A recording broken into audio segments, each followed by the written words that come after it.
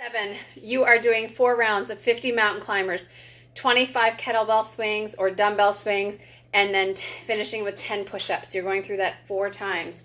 So what you're going to do for mountain climbers, you want to be in that the top of a push-up position. So in our body to be in line, nice and flat.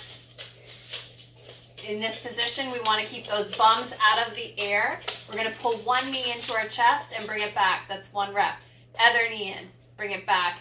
If you're able to, you can run your feet in. Again, our goal though is to keep that bum low. We don't want to be sticking our bum up in the air. When we elevate our bum in the air, we actually take away from our core, and so then we're not doing what that exercise is meant to target. Your next movement are kettlebell swings. I'm using dumbbells to show you that you can mix and match some of the equipment here. So, with a kettlebell or dumbbell swing, you're going to stand with your feet shoulder width apart. Toes can be facing slightly out.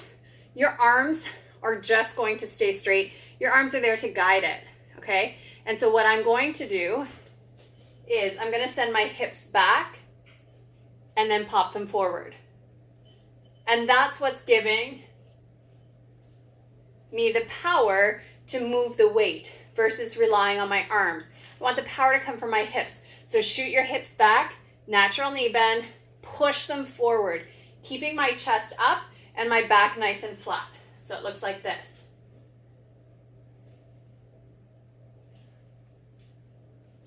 So whenever the weight hits eye level, you're going to let gravity drop it. Whenever your hands get between your legs, you're going to pop your hips so that that weight becomes weightless.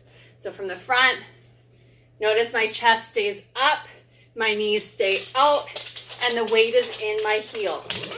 If you want to, you can bring that weight straight overhead. But we want to make sure if we're going overhead, we're not arching in that top position.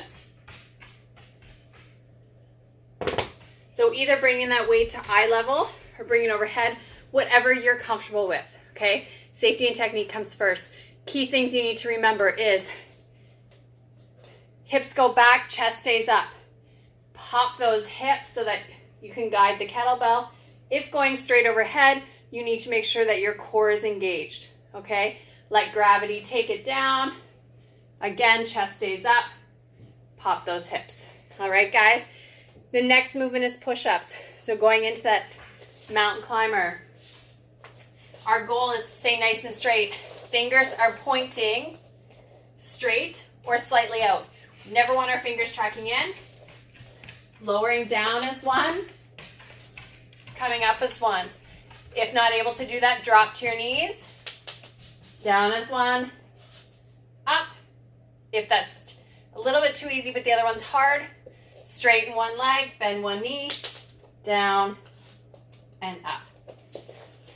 Find a position that works for you. You want your body to lower as 1. You want to avoid any type of worming, okay? So again, think about that as you're doing it. You may start out in your toes, may need to drop to your knees, or one knee, one toe, whatever you need to. Remember, technique, safety come first, and then the speed comes second. Have fun.